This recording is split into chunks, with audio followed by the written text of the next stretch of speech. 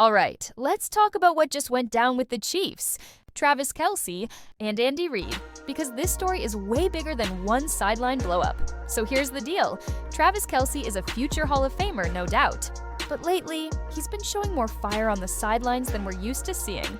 And not just at teammates, but at Andy Reid himself. Yeah, the guy who's basically built the Chiefs dynasty. This isn't the first time either. In fact, Kelce and Reid have now clashed in 2 of the past 3 games. Go back to the Super Bowl in 2024. Remember when Kelce shoved Reid on the sideline? Everyone brushed it off as competitive fire. Well, now it's happening again. To be fair, Reid's taking the high road. He literally told reporters, "I love Travis's passion. Sometimes I have to be the policeman, but the guy is all in." And Mahomes? Of course he's backing his guy.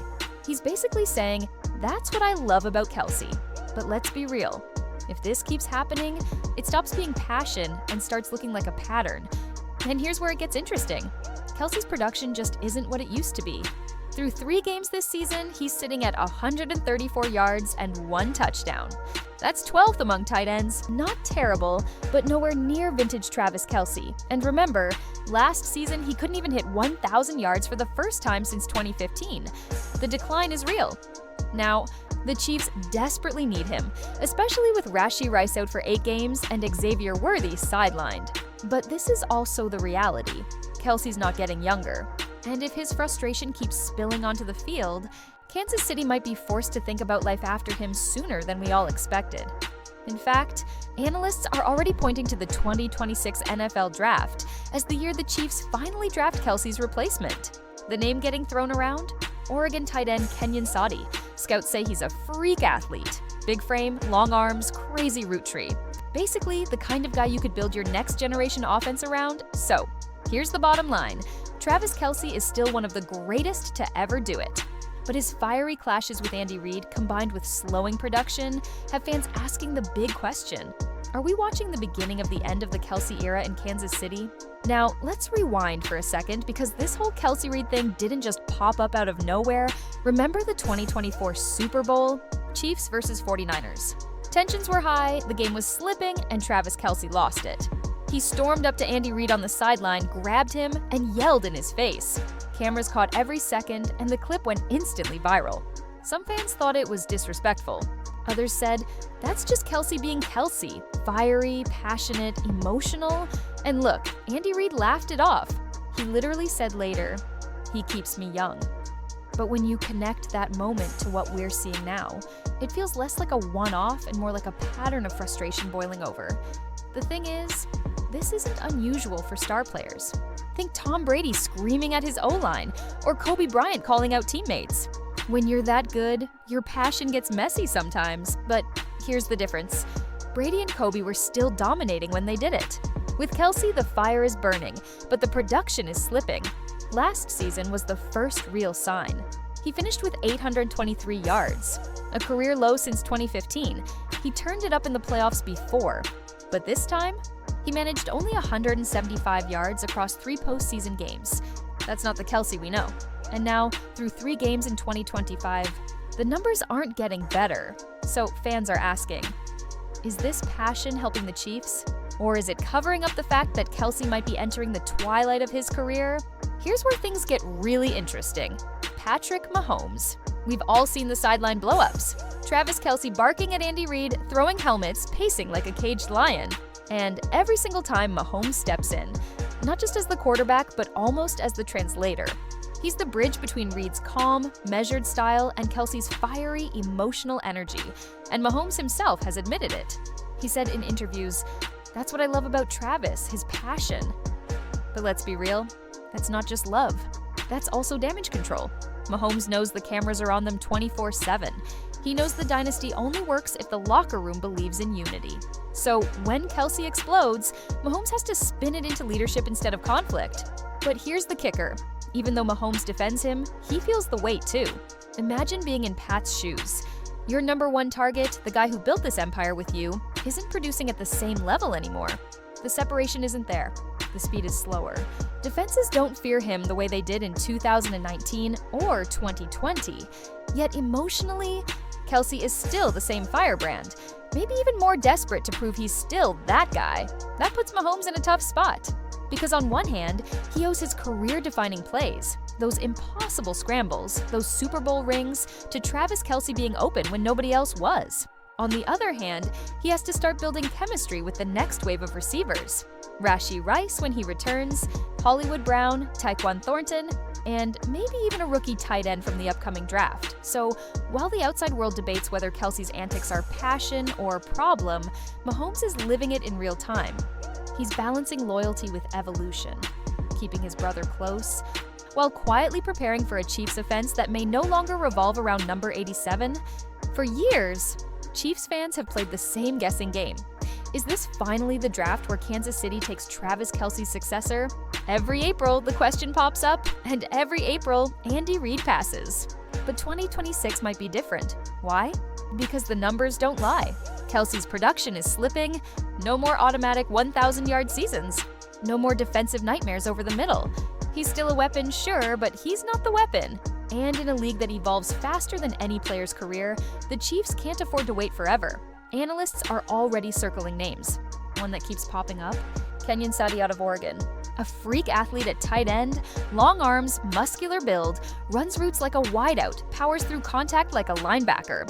Scouts are saying he has rare mobility for his size, the kind of skill set that screams modern NFL mismatch. Imagine Mahomes having someone like that. A rookie with Kelce's frame but fresh legs, built for today's pace. That's not just insurance, that's dynasty maintenance. Because let's be honest, the Chiefs aren't just playing for today, they're planning how to keep this machine running when Kelce hangs up the cleats. And here's where it gets really real. Drafting a tight end high sends a message. It says, we're preparing for life after Travis. It doesn't mean they cut ties immediately. It doesn't mean they stop throwing him the ball. But it signals to the locker room, to Mahomes, and yes, to Kelce himself. The torch is coming. The real question is, will Travis embrace that moment like a mentor? Or will his fire, the same fire that wins games, turn into resistance when the Chiefs start grooming his replacement right in front of him? Here's the thing about Travis Kelce. He's not just any tight end. He's a Hall of Famer in waiting. He's the guy who redefined the position, who became Mahomes' security blanket, and who turned Kansas City into the modern dynasty we know today. So, how do you tell a player like that, we're drafting your replacement? That's not just football. That's ego. That's legacy. That's personal. Look, Kelce is emotional. We've seen it on the sidelines with Andy Reid. We've seen it in the heat of games. That fire is what makes him great, but it's also what makes this next chapter tricky. If the Chiefs pull the trigger on someone like Kenyon Sadi, you can bet Kelce is going to feel it. Not just as a roster move, but as a challenge. Does he take it as a chance to mentor? To pass the torch the way Tony Gonzalez once passed it to him? With grace, with pride, with dignity? Or does he take it as a slap in the face? A sign that his time is up, even though he still feels he has gas left in the tank? And here's the kicker. Both emotions can exist at the same time. Kelce could mentor a rookie, teach him the tricks of the trade, and still feel the sting of being replaced. That tension is what makes this storyline fascinating.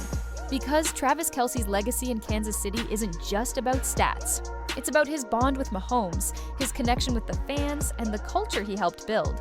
If the Chiefs mishandle this, they risk souring one of the greatest careers in franchise history. But if they get it right, they could turn Kelce into the bridge that ensures Mahomes never misses a beat, even when his favorite target finally hangs it up. The truth is, Kansas City has been quietly preparing for this moment. We've already seen flashes of it. Mahomes spreading the ball around to younger wideouts, Andy Reid dialing up creative plays that don't rely on Kelce's route running, and the front office stacking depth across multiple positions. The writing has been on the wall for a while. Eventually, the Chiefs have to learn how to win without Travis Kelce being the centerpiece of their offense. So what does that future look like? For one, it likely becomes Mahomes-centric in a way we've never seen before. Without Kelce as the automatic go-to guy on third down or in the red zone, Mahomes will have to build deeper chemistry with a new generation of pass catchers. Guys like Rashee Rice, Xavier Worthy, and whoever emerges from this draft class will suddenly have to step into the spotlight.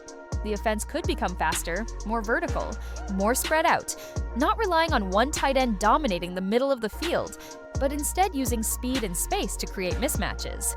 And then there's the draft.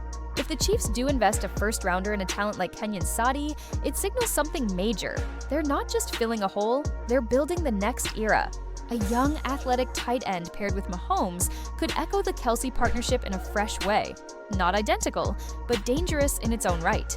With Andy Reid's creativity, Kansas City could reshape its offense around hybrid mismatches. Wideouts who can stretch the field, running backs who can catch passes, and a young tight end who can learn under the master himself before taking over. The scary part for the rest of the NFL. If Kansas City pulls this transition off, it doesn't just extend their dynasty, it might make them even harder to defend.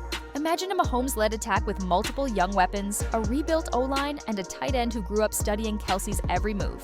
That's not just evolution, that's reinvention. 2025 season, Kelce's final ride? Kelce is still on the roster, but his role is shrinking. Think 6 to 8 targets a game instead of double digits. He becomes more of a red zone threat and locker room leader, while the coaching staff leans heavily into Rashee Rice, Xavier Worthy, and Hollywood Brown. The Chiefs' offense slowly starts to look like Mahomes plus weapons by committee, not just Mahomes to Kelce. 2026 season, drafting the successor. This is the year the front office makes the move.